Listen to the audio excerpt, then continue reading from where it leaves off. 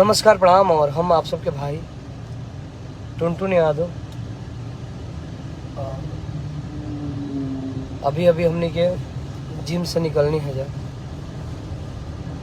और आप सबके प्यार आशीर्वाद से हमारे गाना एगो बहुत जबरदस्त आयल बा, हिलल बाटे सारा फेसबुक पे। तो वो गाना के आप सब ज़्यादा से ज़्यादा सुनी जा। और नेट इशू करता जिकरा वजह से, और लाइव के जो भी देखा था एक बार शेयर लगाई भाई खातिर।